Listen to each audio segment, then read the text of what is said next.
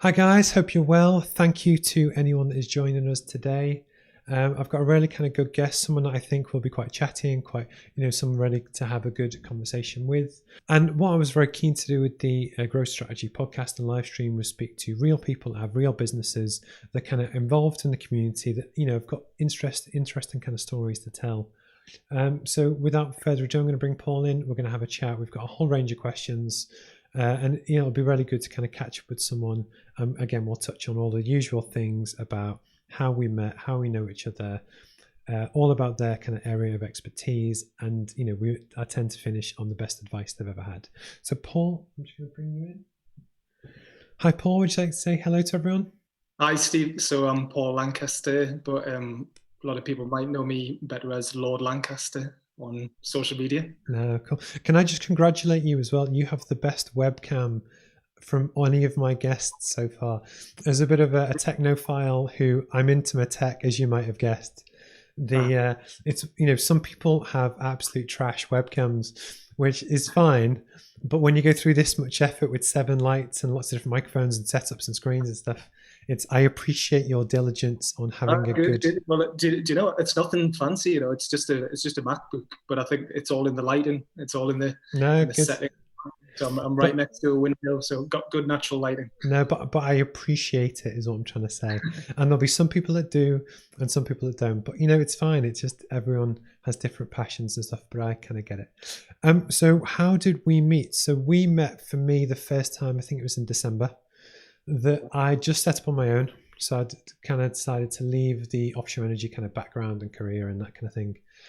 And as you do, you start looking at local networking events and loads of different things that are kind of going on. And it was Anne English said to me, there's this thing called Founders Friday. I think you should go. And I was like, because I didn't know what it was. And then someone else said it. Okay, I'll go. And then obviously I turned up early because I always turn up early.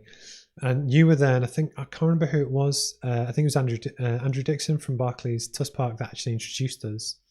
And it was funny for me to kind of put a face to the name because I'd seen you on various magazines and different tech things and whatever, but we'd never actually met. And then from there, I'd started to go to things more and more often, and we kind of got to know each other a little bit. But I was just, really impressed at your story and that kind of thing. And we'll touch on all of that as we kind of move forward. Yeah. So would you be happy to almost tell people a bit about yourself? And this is for people that don't know who you are or your background and stuff. Yeah, sure. So no, I mean, I have talked about it quite a bit over the years. So some people forgive me if you've already heard this before, but I mean, I've basically spent about 15 odd years helping other people start and grow their own business. So I've worked for local enterprise agencies, youth enterprise schemes. I've worked for large corporates. I worked for the government for a little while, and then I finally started my own business 4 years ago. So it was just when you hang out with entrepreneurs and you read all the books and you go to all the events and you build up a really good network online and offline, it was just building inside that I thought I have to do it at some point. I have to be my own boss. Mm-hmm. And you set yourself kind of little targets and milestones. And mine was just I want to be my own boss before I turn 40. So I did. When I was 39, I finally started my own business, and I've been self-employed ever since. Doing the same thing, to be honest, the same thing that I was getting paid to do in a job, Mm-hmm. but I do it on my own terms and I do it independently and without any funding. No. The areas that I think are the most important. No, I think it's awesome because I technically started my first business as a PhD student, and I don't know if I've ever told you this, but basically I was working overseas in Jamaica on a big construction project. 2008 global recession hit, poof, just tanked. And I went back and I was doing a PhD at Sheffield Uni on a scholarship of £13,000 a year, which isn't a massive amount of money, but it's not terrible either. And basically what I decided to do was gamble my savings to set up a photography company, hence why I'm into all my tech, to then do a lot of university black tie balls, graduations and stuff. But if I couldn't make the business work, and actually at the same time, I was also learning how to do it. I couldn't pay my rent in 3 months' time. But actually, I love the hustle of it and that kind of thing. And that's almost been one of my things. So anyone that's willing to kind of put themselves through it, if that makes sense, I applaud. I appreciate that. Yeah, no, it's interesting that because the skills that you learned way back then are obviously benefiting you now, Yeah. because like things that you do now and the videos that you do and the photography and like that real skill that is really valuable now. No, I all agree. of those. But It's good that that's coming back, and even way back years ago, which we'll talk about soon. I used to run club nights, and so doing that benefits the events that I run now. no, cool. So based on this, because one of the big things that I'm very keen on, and hopefully it's a trait of all the interviews, is that most business interviews that people do, they're very transactional. It's about what you're trying to sell, what you're trying to plug, and talking about that particular thing. I like to dig a bit more about the people and the person and what they do and their background, because actually that, both for your audience, or as Seth Godin would say, your minimum viable audience, the people that properly are Paul Lancaster fans, they want to know that kind of thing. And it's just, I think, I'll definitely learn a lot, and then anyone that does watch or listen hopefully will as well. So like, where did you grow up? How, what's your kind of story? So grew up in a place called Crowcrook, which is way in the west of Gateshead, so kind of semi-rural, so close enough to the city, but also near the countryside. Quite a normal suburban lifestyle, very, very happy childhood. But I've always been interested in other people and like what makes the world tick and how it all fits together. And even when I went to university, I studied geography, which really, what is the benefit of geography unless you're going to stay 10 in hours geography? a week is the benefit. Yeah, but exactly. But I just find the world interesting and how it all fits together. But yeah, I've pretty much all of my career and everything I've done has been, I think I'm an empath. I'm quite empathic. Quite good at understanding other people and what makes them tick and how to get the best out of other people in a way that everybody benefits. And no, I get that. So that's pretty much what I do now. So out of interest, I feel empathy is one of my strong points. But I also think that, so basically I was raised single parent family. So my mum raised me and my brother. So a lot of my influences growing up were female. But actually I think because of that, I almost got the best of her traits, but I use it a lot now. But I was going to ask yourself, where do you feel, if anywhere, your kind of empathy comes from? Or is it just inbuilt, do you think? Yeah, it's interesting because I was actually thinking about this recently. I mean, my dad, my dad is amazing, and my mum and dad are still together. They've been married for 50 odd years, 60 odd years, God knows. But definitely growing up, I think my dad worked really, really hard, and I didn't see him that much. He would be working long hours, and on an evening he would be working a lot of times. So I definitely was thinking about this recently. I was probably spent more time with my mum and her friends, and I've always liked the company of women. So yeah, I don't know, just kind of always get on really well with women, and just so I think empathy. It is a bit of a sweeping statement. But I know, because one of the first things I ever said to you was that the first Founders Friday event I went to, you asked the audience a certain question, and I almost commented that to you that I thought you were being too nice to everyone else.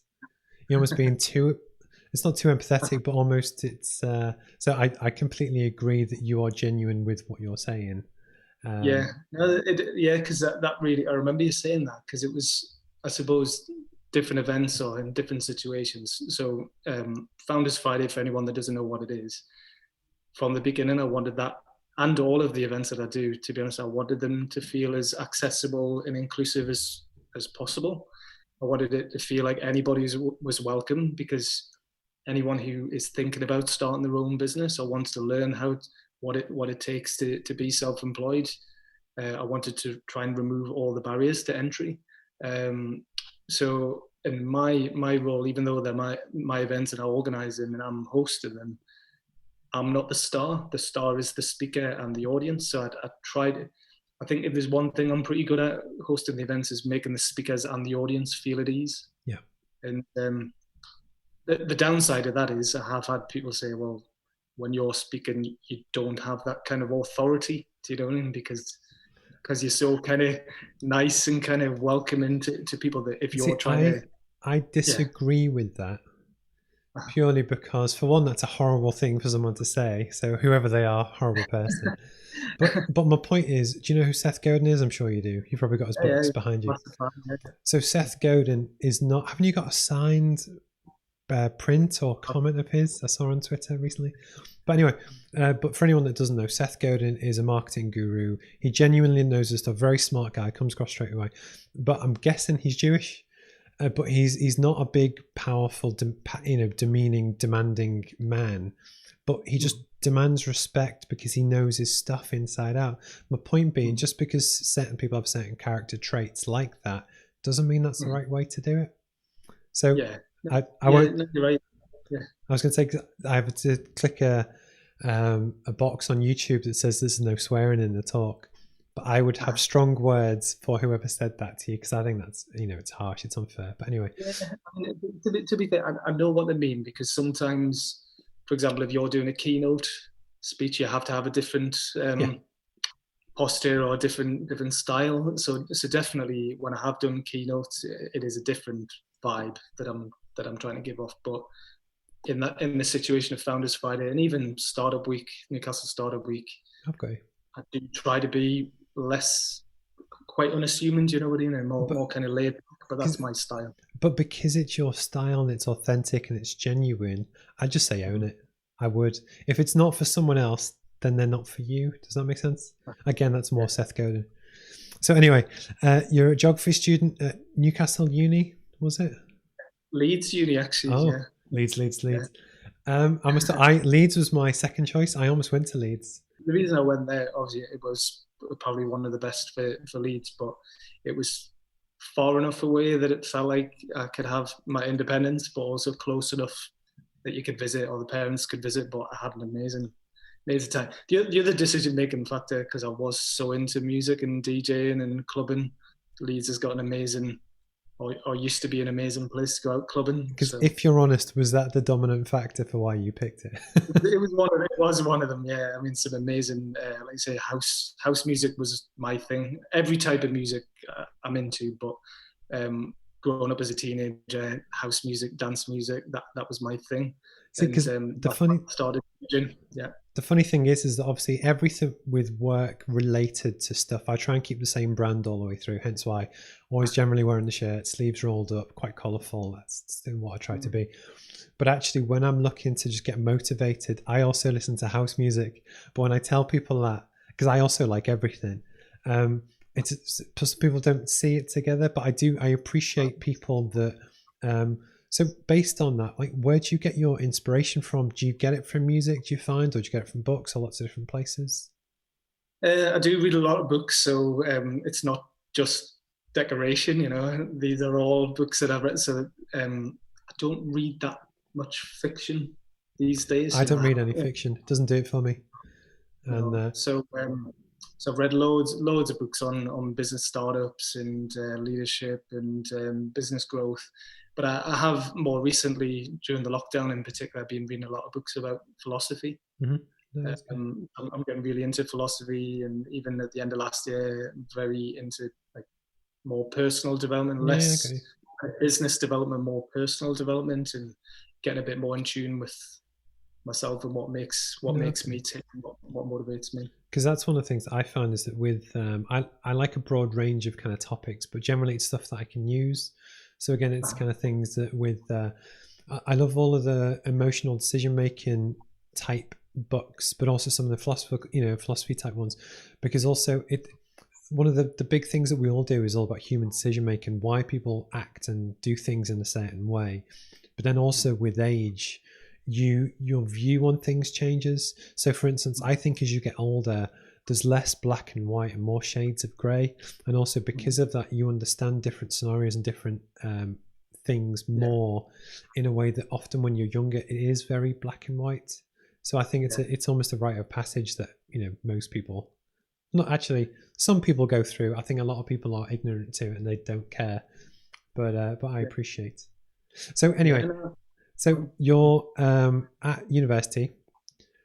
How did you get into music? How did you get into club nights? And So I was always the kid at school that had the records before anyone else. So I was always like had the encyclopedic knowledge of like artists, musicians, labels, production credits. I would go and buy the records when they were on like pre-release, and that was my thing. So I was a bedroom DJ first, and I was really into the whole acid house rave scene growing up. I'm showing my age here, but I was a little bit too young to go to the raves. But I used to listen to all the mixtapes, and there were a few raves that I kind of snuck in when I was a little bit underage, or I had some friends that would do sound systems, or their brothers would do sound systems. So we would go and set up and join in the fun at the back of the room, sort of thing. But when I went to university,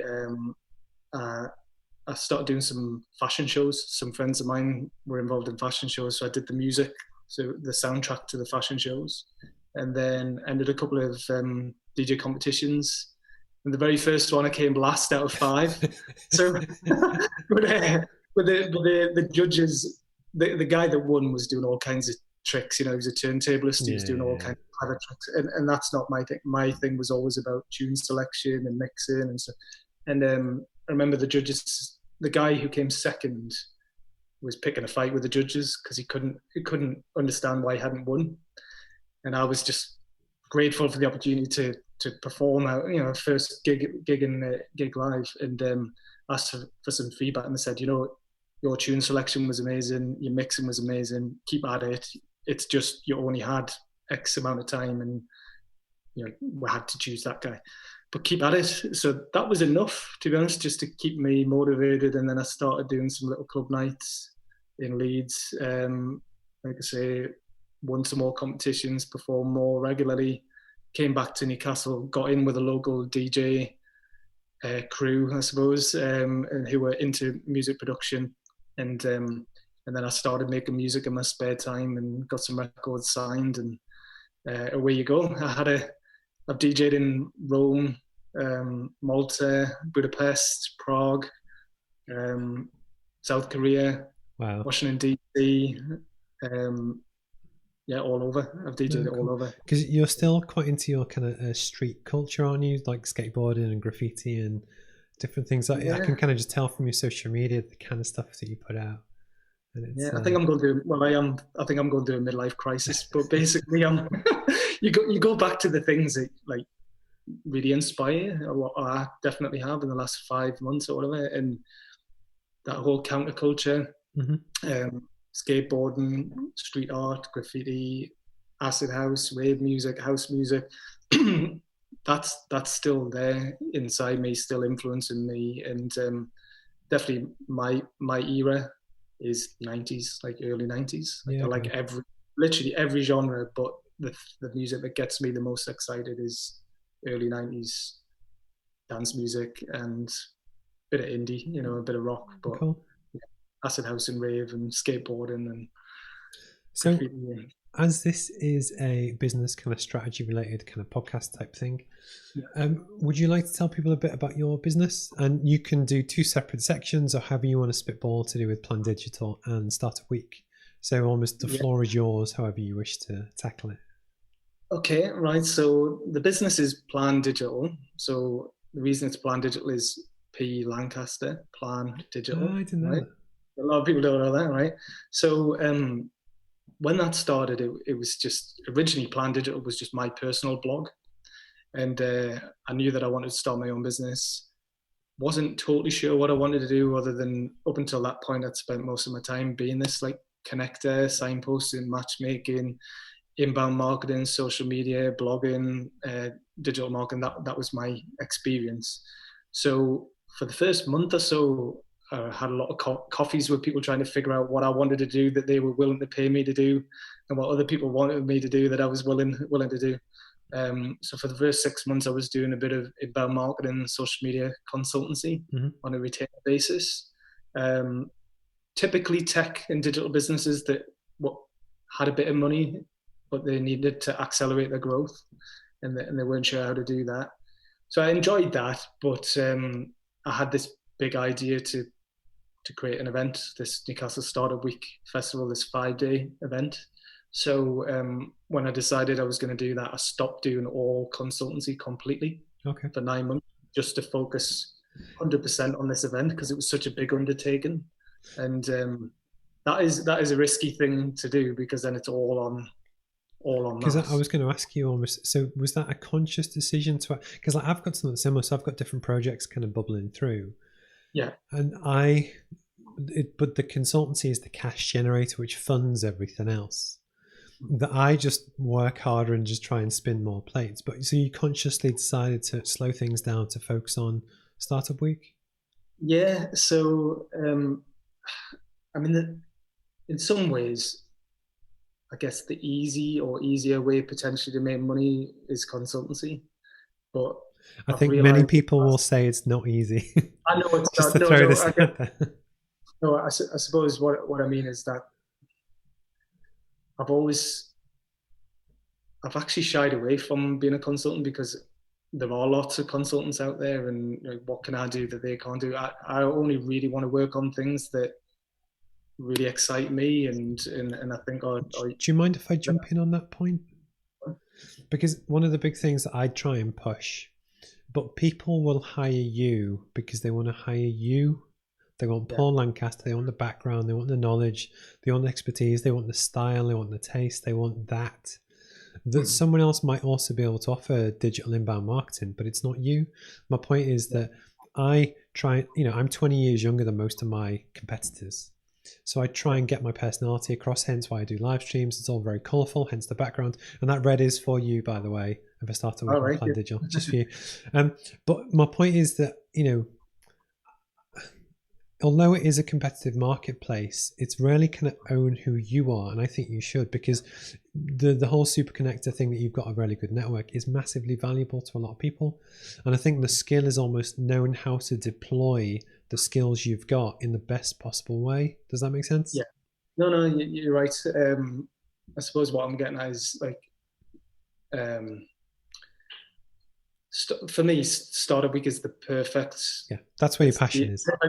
Perfect embodiment of who I am and what I do, right? Because it's something that I've created that from scratch. It's like no one else does a 5-day, 5-night event anywhere in the UK for startups and scale ups, right? And there's a reason why, because it's bloody hard work, but it's amazing, right? And people that come to it say it's amazing, and people travel from all over the UK and overseas for it, right? Because it's not offered anywhere else. But what I like about it is it's a way for me to express myself creatively. It's also a platform for all the speakers and the sponsors, so they all benefit from it. It's a way for me to help hundreds of people in one go instead of one or tens of companies. So it ticks every box for me personally. So I'm more passionate about things like that, where it's something unique that can help lots and lots of people in one go, rather than working as a consultant for a smaller group of companies. And when I have done some consultancy, my favorite ones are the ones, like you say, where they come to me and say, look, no one else can do this. We want you to do this. I don't have to pitch for the work. I don't have to, it's not competitive really. It's just that's my preferred thing. And that's because the thing that I like about those kind of things is that for me, it's actually more important to feel valued than it is to actually get paid. Does that make sense? I want people to value what I'm doing and be willing to pay for it and bring it into the team and want you as part of their team. That some of the jobs I've had in the past where I was getting paid, but I didn't feel valued, and there's a distinct change between that. But actually, I completely understand kind of what you're talking about.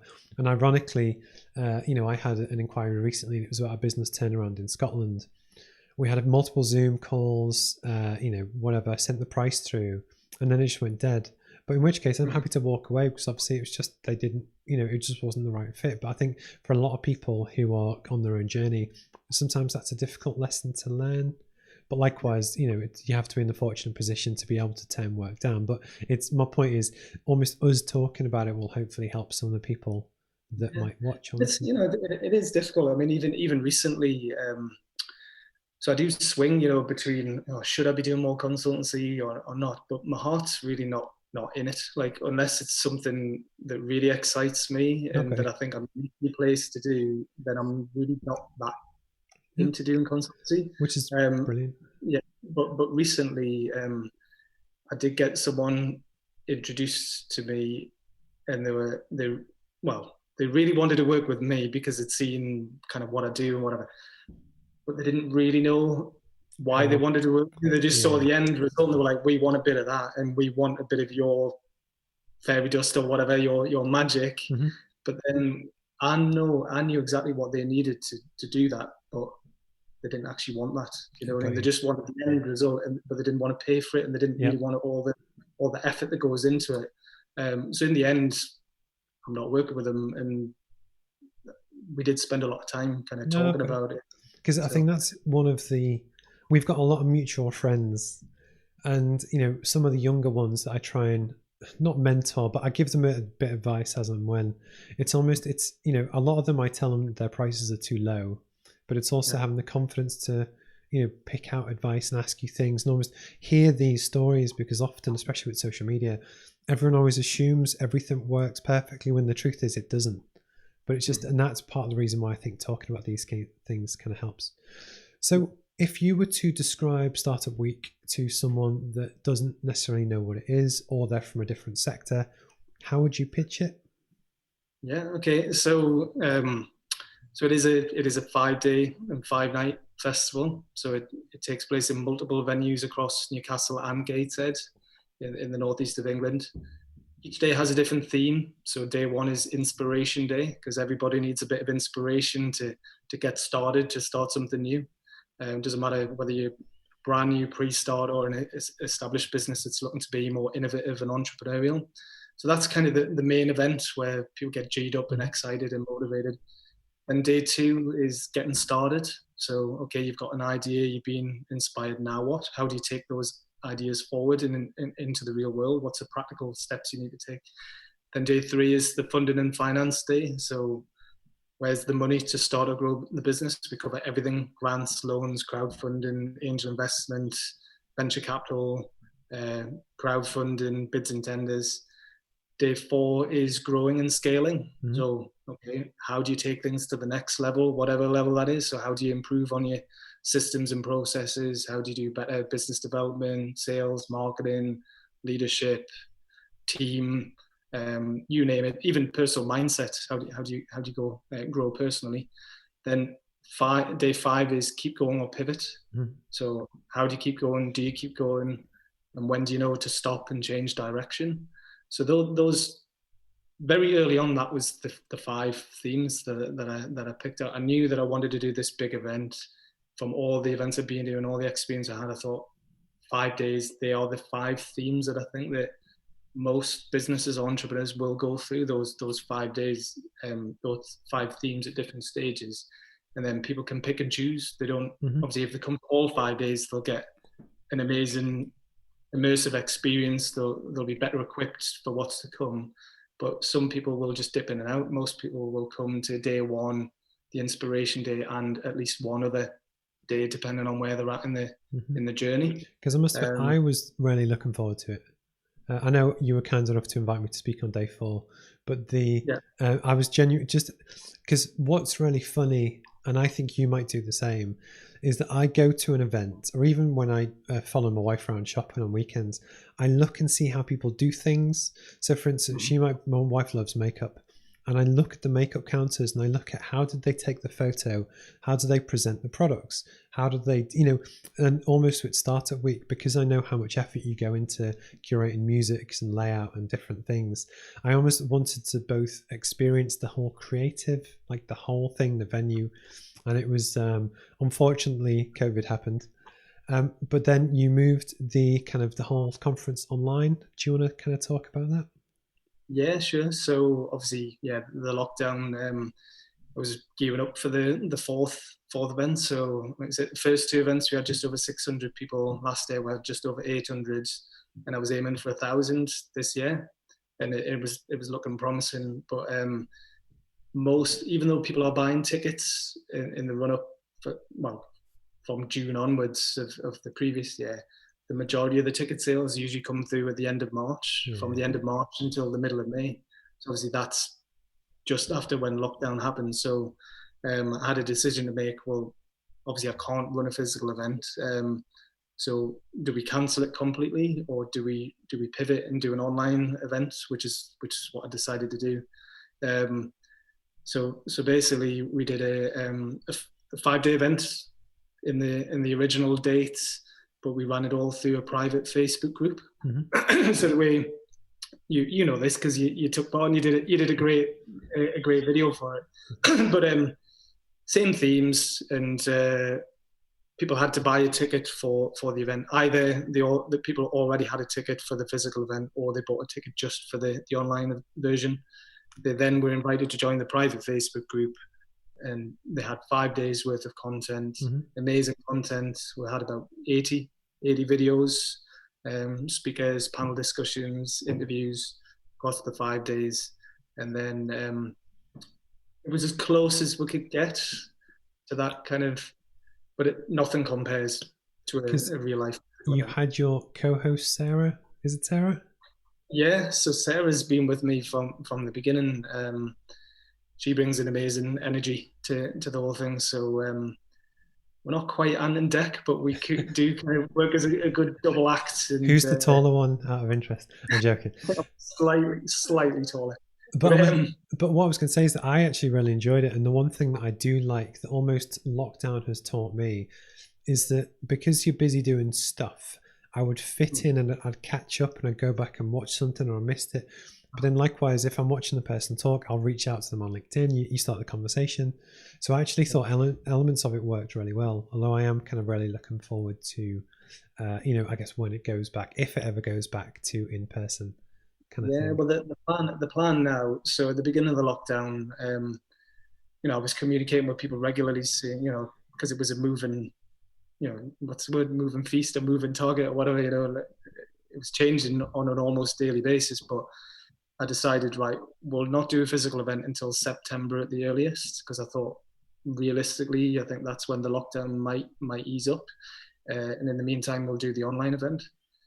Well, back then, September seemed like a long way away, but now we're here. And legally, we're not actually allowed to run a physical event. The government said they don't want any business events or conferences until the 1st of October at the earliest. Mm-hmm.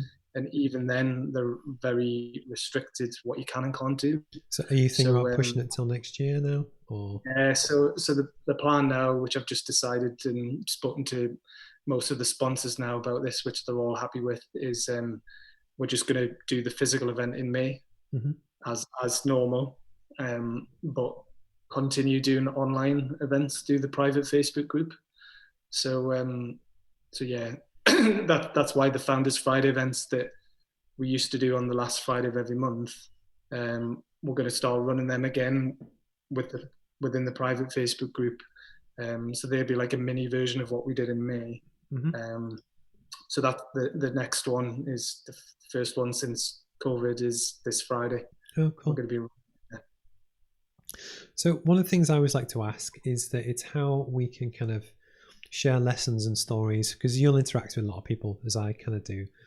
What do you think are the top kind of 3 problems that businesses face? 3 things. So one is overthinking. Okay. And that even, it doesn't matter what stage you're at, overthinking things.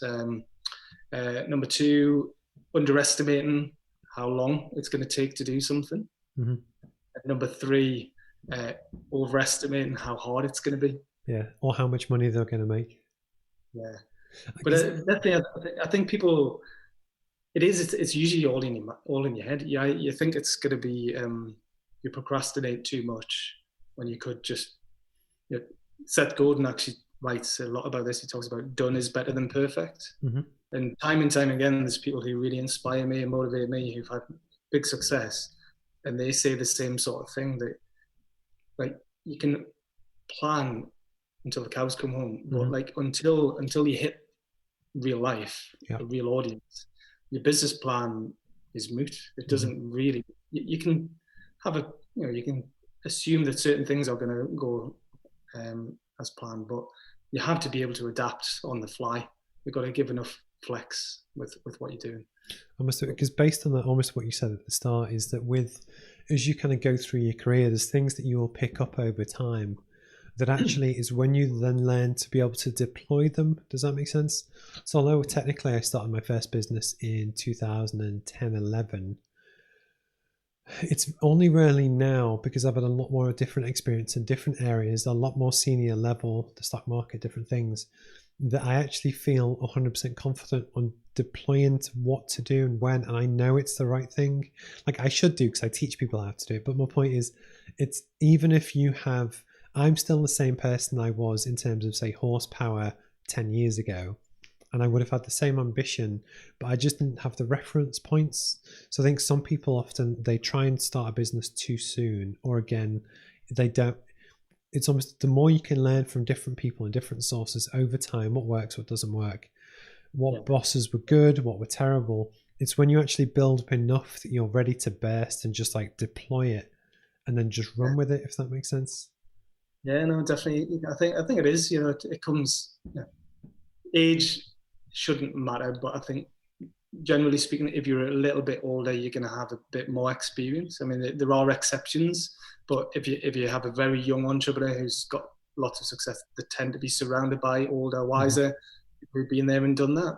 And I think regularly I read about the ideal is like a young person and someone with no hair or grey hair, kind of that's the perfect balance for highly scalable businesses. But that's why I think I'm always surprised when people don't go to events or they don't listen to podcasts or they don't read books, because all that knowledge and information and the network is there if you want it. But yeah, so I don't know why people don't make more use of. But I had this exact same conversation with a managing director on Monday, and she runs a very successful business that's been around for a long time, and we were talking about this same kind of thing. And I think actually innate in certain people and certain character types, I'm guessing you, me and her, you want to learn and develop because that's just the gig and you're constantly want to, do something. And I don't think that's the case with everyone else. And it's not that we're right and they're wrong or vice versa. But I think sometimes it's just either it's in the animal or it's not. And that's almost, I guess, comes down to the whole entrepreneurship. Can it be taught or is it just inherent?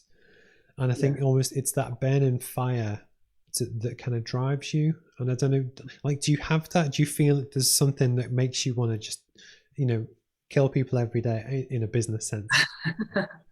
I know what you mean. I think it is curiosity. It's like there's that inherent curiosity, wanting to know why things are the way they are, how things could be better. Yeah, I mean, one of my favorite mottos, I suppose, to live by is stay curious. I've even got it written on the side of my trainers, because that's just me. Like I'm always wanting to learn. You never stop learning. But not, like you say, not everyone thinks that way. And I think the whole nature nurture of entrepreneurship, I've definitely become more entrepreneurial. I think I've always been creative and I've always been curious. But entrepreneurialism or entrepreneurship wasn't really a thing when I was growing up. Like most people, you just went to university. For instance, but when you were running the club nights and doing that and putting yourself out there, those are the same traits, if that makes sense. Yeah. So exactly. You always had it. Yeah, and I think that again, that's probably why that appealed to me. That kind of slightly counterculture, looking outside the box. Like looking at things from a different perspective. I've always been good at doing that. Yeah. So can I ask you, and what's the dream for Paul Lancaster Plan Digital Startup? What's the kind of big, hairy, audacious goal, if you want to use the American franchise term? Right. Okay. Well, it's a good question because I've been spending a lot of time trying to figure this out during the lockdown, because I actually got asked to do a little article for B Daily at the end of last year, which was all about scale up, and I talked about how you do need a totally different mindset from a startup to a scale up, and in some ways, not that I'm mega successful. But in some ways I've achieved what I set out to achieve, right? Because I set out to be my own boss, to create this big event, to inspire and help lots of people to do all these cool things. I've basically done what I set out to do. So now I need some bigger goals. I need some, like you say, big, hairy, audacious goals. And there are a few things that I have wanted to do, but I've probably been a bit, even myself, scared to go for them. Do you want to talk about them, or just not? You don't have to. No, yeah, you can say it. So actually, when I started my own business, I had two big ideas that I wanted to do, and Startup Week was one of them. Consultancy was kind of the ongoing thing that I could dip in and out of when I wanted to. Startup Week was one, and the other one was to create a platform, like a digital super connector platform to basically do the signposting, matchmaking, introductions type thing that I do all day, every day, and have done in paid jobs and continue to do self-employed. But how could I do that at scale? Got you. And in a way that was more efficient and more scalable, particularly matching entrepreneurs with investors. Yep. Because I'm regularly get investors saying, Paul, do you know any people we should be looking at? And I get entrepreneurs saying, Paul, do you know any investors? So I've gone back to the idea now. So after 3 years of doing Startup Week, I have spoken to quite a few investors over the last couple of years, and none of the deals have been quite right. But now I'm at the point now, I'm forming a little team around this new platform called Tribes. Oh, nice. TRYBES. Seth Godin again. Yeah, so we're connecting the tribes, okay? And it's all about speeding up the process from idea to launch to growth to investment. So we've got a really great little team forming around that, got a great team of advisors. And over the next 6 to 10 months, my target is to raise between 300 and 500,000 pounds. So nice. That's my big target over the next 6 to 10 months. And then we're going to launch that at Startup Week in May. Oh, nice. Wow, you've set yourself a deadline. That's cool. Now, so it's going to happen. Because, do you believe in positive affirmations? Yes. Because totally. One of the things that I don't even know why I did it. I kind of have to. So when I first launched, I created a website. And on the front page of my website, it's still there. I tell people what my business model is, because my big thing is that if people don't understand what you do and how you make money, they don't trust it as much and they really want to kind of buy into it. And I basically said, look, I launched in November 2019. I was going to launch the consultancy service, which did go well. And I got to the point where I was sold out quite quick kind of thing. That was good. And then I was going to launch 2 other scalable parts of business. One is investing in companies that I see as scalable and growing. And then actually launching a training and education platform, which again, I'm working on, which is scalable. But I never actually had companies out there that I had an eye on. I just put it out in the world in the belief and the hope that it would take off. And, it's almost, sometimes it's quite scary. Have you spoken publicly about Tribes before, or? Started to do it, and I've mentioned it. I mean, that's probably the first time I've talked about it in any great deal. And definitely about the investment. I've not, because this is a brand new thing. We've been working on a pitch deck. We've been speaking to investors, but that's the plan now for the next 6 to 10 months. But even going back to Startup Week, I got invited to speak at an event in September 2016. And it was about what the Northeast needed to do to attract and retain talent and grow the economy. So I talked about a bunch of things. And then my very last slide was, and I think we need a 5-day festival called Newcastle Startup Week, and we should do it in May, right? And that was me testing the water to see what the reaction was like. So at that point, I'd spent no money, hadn't really spent much time working on it other than in my head. I'd been thinking about it for a long time. And I got such a positive reaction from people in the room, people coming up saying, oh, that sounds amazing. How do we get involved? And the next day, again, Be Daily, they wrote a piece on Newcastle Startup Week as like the exciting thing that came out of that event. Mm-hmm. So it was kind of like, well, it's out there now, so I've got to do it. No, and I think if ideas are exciting enough, people will form around them, and your energy and your enthusiasm will attract people to you. No. So yeah, I think it is important to set those big goals and kind of positive thinking. Thoughts become things. Definitely agree with that. No, I love it. So one of the questions, or technically 2 of the questions that I ask everyone, and I know you know what they are because I email them through to you, Would you be happy to share what is the best piece of advice you've ever had? So I've had loads of advice over the years. I think the one that's really making sense to me now, most of all, is the idea of going narrower. Right? So narrow your focus. I think when you're first starting off, it makes sense to just try lots of different things and see what works. And some of that is just to bring some money in. You know, cash flow is so important, to try and get as many clients, as much money coming in as possible, but on things that you're genuinely interested in and make sense to you. But because you're learning, you're learning all the time about what you enjoy doing and who you want to work with. But then once you're beyond that starter phase and you're more established, I think you really do need to narrow down. And that's something that I have actually struggled a bit with, because some people only know me for Startup Week, which is great because that makes sense and that's easy to understand. The thing that they found harder to understand is the consultancy. Like, what else do you do? We see you kind of face everywhere and we kind of hear about you, or we've heard of Lord Lancaster or whatever, or we think we want to work with you, but we don't know how or whatever. And I haven't really been clear enough on what it is that I offer beyond Startup Week.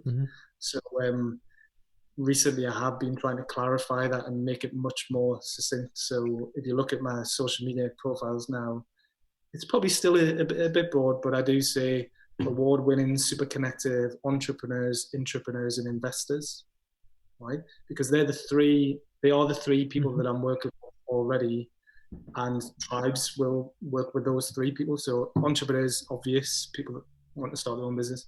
Intrapreneurs, people who are in a job at the minute, but they want to learn how to be more entrepreneurial and innovative, or maybe leave their job to start a business. And the investors, that is a key audience that I do speak to, but I'm not as overt about that. But I do want to make that more obvious, that investors who are looking for deal flow, they can come to me and I can signpost the best businesses to them. So that, I think, narrowing in again, it's an Americanism, which I heard just the other day. Was it niches? Like niche. Yeah. So the Americans say niches. So niches bring riches.